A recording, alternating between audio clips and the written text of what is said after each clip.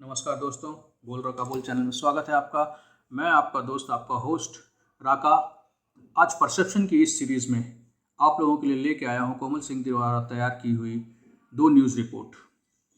और दो news report ऐसी हैं कि इनफैक्ट तीन न्यूज़ रिपोर्ट ऐसी हैं कि जो आपको ये परसेप्शन के जो लोगों में बना हुआ है कि कुछ लोग, कुछ पार्टियां, देश की सबसे पुरानी पार्टी जो मानी जाती है, इनफैक्ट वो पार्टी आजकल राष्ट्र विरोधी हो गई है।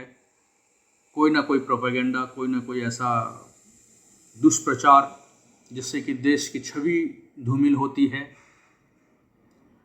और एक परसेप्शन ये कि जॉर्ज सोरस, जो कि एक फैक्ट है कि जॉर्ज सोरस ने कमिट किए हैं कुछ बिलियन डॉलर्स हमारे यहाँ के जो चुनाव द्वारा जीते हुए प्रधानमंत्री को पद से हटाने के लिए वो पैसे की व्यवस्था की गई है। और उसके द्वारा आप जब ये न्यूज़ रिपोर्ट देखेंगे तो आपको ये समझ में आएगा, प्लस पब्लिक का ये परसेप्शन जो बना हुआ है कि कहीं ना कहीं वो पैसा हमारे ही देश के कुछ राजनीतिक पार्टियों के थ्रू, कुछ एनजीओस के थ्रू हमारे देश में आ रहा है। और ये सभी लोग देश में अराजकता का माहौल पैदा करना चाह रहे हैं, चाहे वो पहलवानों का मैटर हो। मैं ये नहीं कह रहा कि उसमें बृजभूषण सिंह निर्दोष हैं या कुछ हैं। मैं सिर्फ इतना कहना चाहता हूं कि जो भी हो, चाहे वो अन्नदाता हो, चाहे वो मेडल विजेता हो, खिलाड़ी हो, या फिर कोई सैनिक हो, देश से बड़ा कोई भी नहीं है। इस देश से बड़ा कोई भी नहीं है जब जिसको हम अपना आदि पुरुष भगवान श्री राम, जो अपनी मातृभूमि को, जननी को सबसे ऊपर रखते हैं, जब अपने आप से ऊपर रखते हैं, तो हमारे लिए तो फिर ये भगवान से भी ऊपर हुई धरती। तो वैसे ही देश से ऊपर किसी के लिए कुछ भी नहीं है होना चाहिए, और कोई भी देश से ऊपर नहीं होना चाहिए, चाहे वो अन्नदाता हो, चाहे खिलाड़ी हो। क्या मेडल जीते हुए सुशील कुमार जेल में नहीं है अपने कुकृत्यों के कारण? तो ऐसा बिल्कुल नहीं हो सकता है कि जो मेडल जीत ले वो सिर्फ सच बोल रहा है और बाकी सारे लोग झूठे हैं। मेडल जीतने वालों को अगर कोई परेशानी थी, पहली बात तो अगर कोई ऐसी परेशानी थी तो उनके ऑर्गेनाइजेशन में कई लेवल के ऐसे फोरम्स हैं जहां पे वो इस बात को उठा सकते थे। नहीं उठाया, कोई बात नहीं, आपने सामने आकर के उठाया, सीधे धरने पे आप आ गए, कोई बात नहीं, आपसे मिनिस्टर आकर के मिले, आपके अपने लोग, ओलंपिक एसोसिएशन, पीटी उषा, जिसका नाम सुनकर हम जैसे लोग बड़े हुए और जिनके लिए एथलेटिक्स का मीनिंग ही सिर्फ दो नाम होते थे, मिल्खा सिंह, पीटी उषा।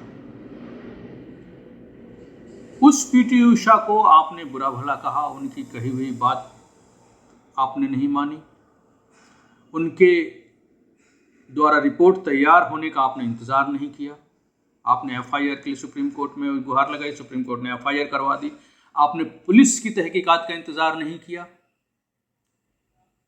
आप आज न्यायपालिका पे विश्वास नहीं कह रहे हैं, आप कह रहे हैं खाप जो डिसाइड करेगा वो होगा। अगर खाप और इस तरह की चीजें डिसाइड करने लग गई, और आप देखिए कड़ी किस तरह से जुड़ती है। यहां कोई कह रहा है कि मेरा खाप डिसाइड करेगा, और वहां अमेरिका में एक नेता जो अभी तक बड़ा नहीं हुआ है, वो कह रहा है डिवीजन करके फला फला फला फला कि ये अपने आप को डरा हुआ महसूस कर रहे हैं, उन पे हमले हो रहे हैं। विभाजन का देखिए क्या तरीका तैयार किया है लोगों ने। और ये जो मैं रिपोर्ट्स आप लोगों के सामने पेश कर रहा हूं, अपने सभी दर्शकों को ये आगाह करने के लिए कर रहा हूं कि संभल जाइए। ये जैसे जैसे 24 का इलेक्शन आएगा ये और ज्यादा होगा। ये चाहेंगे आपको उकसाएंगे कि इनके खिलाफ आप रोड पे आइए। जैसे कि खाप के खिलाफ कुछ लोग जो बोल रहे थे कि अगर वो आएंगे तो हम भी आएंगे, यही तो ये चाह रहे हैं। यही ये चाह रहे हैं कि एक साइड को हम सपोर्ट करें और उनके विरोध में दूसरा साइड उग्र होकर के आए और अराजकता का माहौल इस देश में हो, जिसका कि ठीकरा मोदी जी के ऊपर फोड़ा जा सके। इस डिजाइन को सभी लोग समझिए और पेशेंस रखिए। 24 तक 300 दिन आप पेशेंस रखिए। इन लोगों को जितना उछलना है, जितना कूदना है कूदने दीजिए। धैर्य रखिए। अपने लोकतंत्र पे, अपने देश पे, अपने सिस्टम पे विश्वास कीजिए। और मेरा इतने सब कुछ कहने का ये कतई मतलब नहीं है कि सिस्टम में कुछ खामियां नहीं हैं। खामियां हैं और होंगी भी। जैसे जैसे सिस्टम, समाज बड़ा होता है, बूढ़ा होता है, उसमें कुछ खामियां आती हैं। हर मशीनरी में खामियां आती हैं, लेकिन उसी मशीन में, उसी शरीर में, उसी सिस्टम में उसको दूर करने के सिस्टम और उपचार दिए हुए होते हैं। आपको सिर्फ भरोसा करना है उस सिस्टम पे, अपने लोकतंत्र पे, अपने देश पे। ना लोकतंत्र मरा है और ना अब वो जमाना रहा कि कोई लोकतंत्र मार सकता है। इमरजेंसी अब लगाना इतना आसान नहीं है इस इंफॉर्मेशन के एज में। जो लोकतंत्र की हत्या एक बार हो चुकी है, दोबारा ऐसा होगा नहीं और ना हो सकता है। आज के डेट में हम और आप काफ़ी जागरूक हैं इस चीज़ के लिए और ये हो नहीं सकता है। इसीलिए धैर्य रखें, संयम रखें और न्यूज़ को, सभी को शांतिपूर्वक और अपने विवेक का इस्तेमाल करते हुए देखिए, समझिए। और कोई भी स्थिति हो, किसकी कैसी भी कोई भी चीज़ हो, पाकिस्तान वाला हाल भारत में ना हो, इसका मुझे विश्वास है और आप इसका ध्यान भी रखेंगे।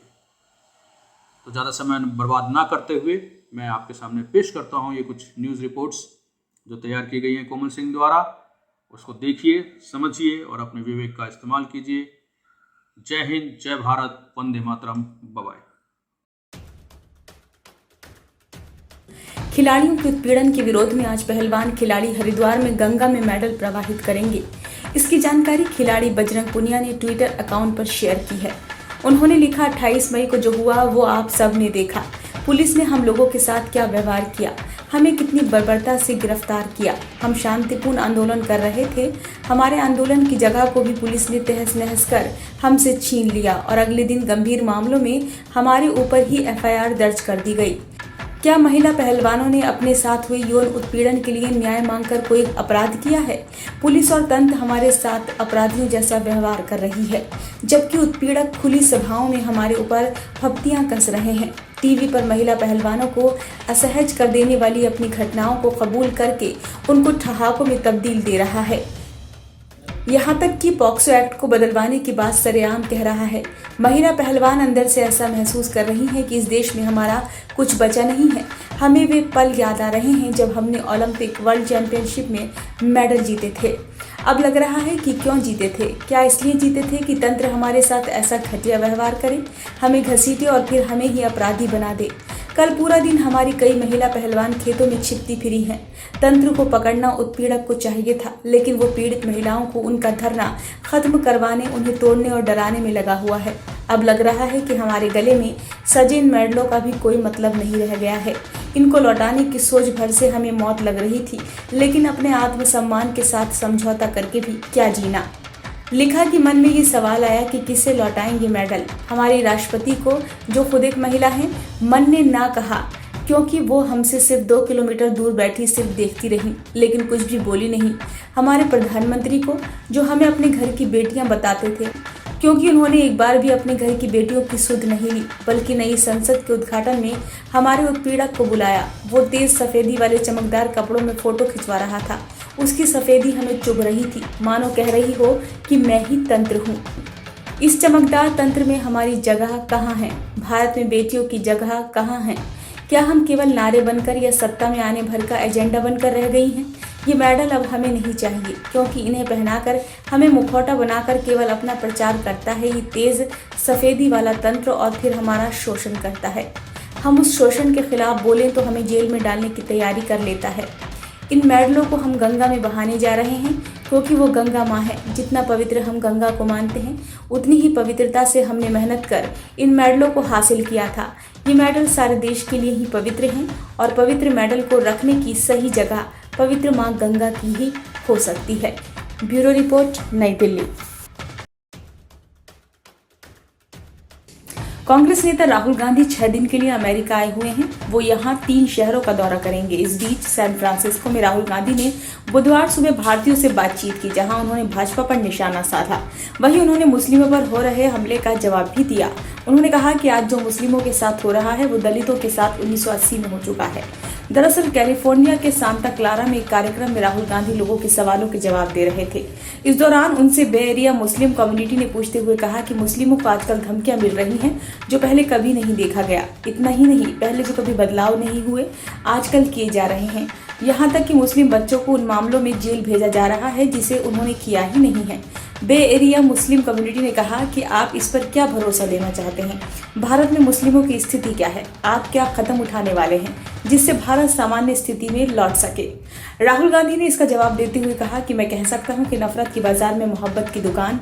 उन्होंने कहा कि इससे अच्छा तरीका और कुछ नहीं है। कांग्रेस नेता ने आगे कहा कि मैं आपको गारंटी दे सकता हूं कि जैसा आप महसूस करते हैं वैसे ही सारे समुदाय महसूस कर रहे हैं। उन्होंने कहा कि जिस तरह मुसलमानों पर हमला हो रहा है और वो जो महसूस कर रहे हैं, मैं गारंटी देता हूं कि सिख, ईसाई, दलित, आदिवासी भी ऐसा ही महसूस कर रहे हैं। उन्होंने कहा कि आज भारत में मुस्लिमों के साथ जो हो रहा है वही 1980 के दशक में दलितों के साथ हुआ था। राहुल ने आगे कहा कि नफरत को नफरत से नहीं काटा जा सकता, बल्कि नफरत को प्यार से दूर किया जा सकता है। कांग्रेस नेता राहुल गांधी ने कहा कि मैं आश्चर्यचकित हूं कि भारत में कैसे नफरत बढ़ रही है, जबकि वहां के लोग बिल्कुल ऐसे नहीं हैं। वो एक दूसरे की मदद करने में विश्वास रखते हैं। भारत में फैलती नफरत के पीछे कुछ सीमित लोग हैं। ये लोग कुछ लोगों को भड़काने का काम कर रहे हैं। यही लोग मीडिया को भी कंट्रोल कर रहे हैं। उन्होंने कहा कि हालांकि ऐसे लोगों की संख्या ज्यादा नहीं है, पर जितने हैं सब पैसों का उपयोग कर रहे हैं। राहुल ने कहा कि लेकिन मैं ये भी कहना चाहूंगा कि भारत जोड़ो यात्रा के दौरान मैंने पाया कि भारत के लोगों में बहुत प्यार, स्नेह की भावना है। कन्याकुमारी से कश्मीर तक कई लाखों लोग मिले जिनमें नफरत को लेकर दुख है। उन्हें विश्वास नहीं होता है कि कैसे भारत में नफरत बढ़ रही है। ब्यूरो रिपोर्ट, नई दिल्ली। काम आया पीएम मोदी का ऑस्ट्रेलिया दौरा। खालिस्तान समर्थकों को सिडनी में झटका, रद्द किया गया आयोजन। ये रही वजह। विवादित संगठन सिख फॉर जस्टिस के मंसूबों पर सिडनी मैसोनिक सेंटर यानी कि SMC ने पानी फेर दिया है। सिडनी में प्रस्तावित संगठन के जनमत संग्रह के प्रस्तावित कार्यक्रम को रद्द कर दिया गया है। बता दें कि यह कार्यक्रम सिडनी मैसोनिक सेंटर में आयोजित किया जाना था। बता दें ये कार्यक्रम 4 जून को आयोजित होने वाला था। ऑस्ट्रेलिया मीडिया रिपोर्ट में कहा गया है कि जब से सिख फॉर जस्टिस के कार्यक्रम होने की बात सामने आई थी, तब से ही लगातार शिकायतें और धमकियां मिल रही थी। ऐसे में सुरक्षा एजेंसियों की सलाह पर कार्यक्रम की बुकिंग रद्द कर दी गई है। एक प्रवक्ता ने कहा कि हम बुकिंग के समय इस खालिस्तान घटना की प्रकृति को नहीं समझ पाए। बहुत विचार विमर्श के बाद निर्णय लिया गया कि सिडनी मैसोनिक सेंटर किसी भी घटना का हिस्सा नहीं बनना चाहता है जो संभावित रूप से समुदाय को नुकसान पहुंचा सकता है। इस रिपोर्ट में कहा गया है कि धर्मेंद्र यादव ने सिख फॉर जस्टिस के प्रचार कार्यक्रम द्वारा तैयार किए गए पोस्टर व बैनर में आतंकी गतिविधियों में शामिल रहे लोगों की प्रशंसा किए जाने की शिकायत की थी। उन्होंने पत्रकारों से कहा था कि पिछले 5 दिनों से हर सुबह हिंदू विरोधी नारे वाले बैनर देखने को मिल रहे थे। द ऑस्ट्रेलिया टुडे ने बताया कि ऑस्ट्रेलिया के प्रधानमंत्री एंथनी अल्बनीज ने अपने भारतीय समकक्ष नरेंद्र मोदी को आश्वासन दिया है कि उनकी सरकार चरमपंथी तत्वों के खिलाफ कड़ी कार्रवाई करना जारी रखेगी, जो दोनों देशों के बीच मजबूत और गहरे संबंधों को बाधित करना चाहते हैं। खालिस्तान संकट के संदर्भ में भारत के विदेश सचिव विनय क्वात्रा ने कहा है कि इस तरह के तत्वों पर नकेल कसने के लिए दोनों सरकारों को जो भी करना होगा हम करेंगे। ब्यूरो रिपोर्ट, नई दिल्ली।